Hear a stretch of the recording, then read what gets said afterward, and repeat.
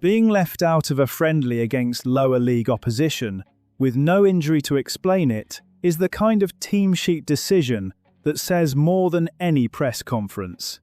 When the head coach follows it by talking about things happening in the background, the message is fairly clear. Kyogo Furuhashi and Kai Wagner were not left at home for football reasons.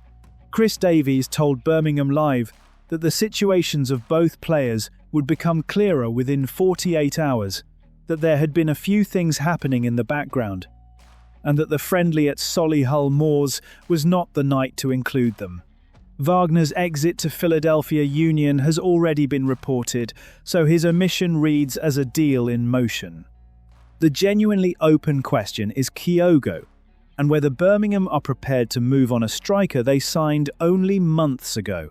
The case for cashing in writes itself on the numbers, or rather, the absence of them. Kyogo arrived after a spell at Rennes that had gone awry, and his time at St Andrews has not worked out either, with exit links surfacing in the winter and now again in the summer. Former Blues forward Kevin Phillips put it plainly, saying there is something there but that it has rarely been seen on a regular basis, and that few supporters would kick the door down to keep him if the club chose to sell. That is a striker whose reputation was built at Celtic, where he scored 85 goals in 165 appearances, but whose championship return has not matched it. The complication is that Birmingham may not be in a position to replace him easily. The striker department is already a concern. If Jay Stansfield attracts a serious offer, and Marvin Duksch returns to Germany as expected, moving Kyogo as well would leave the forward line stripped to the studs in a single window. Selling an underperforming striker is sound logic in isolation.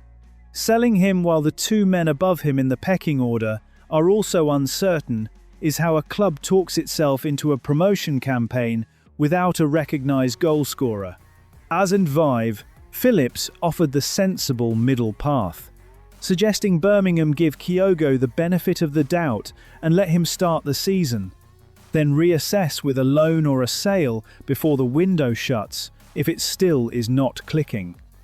That protects the club from thinning the attack too early while keeping the option open.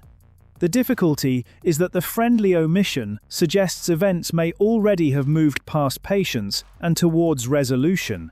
The next couple of days will settle it, by Davies' own admission.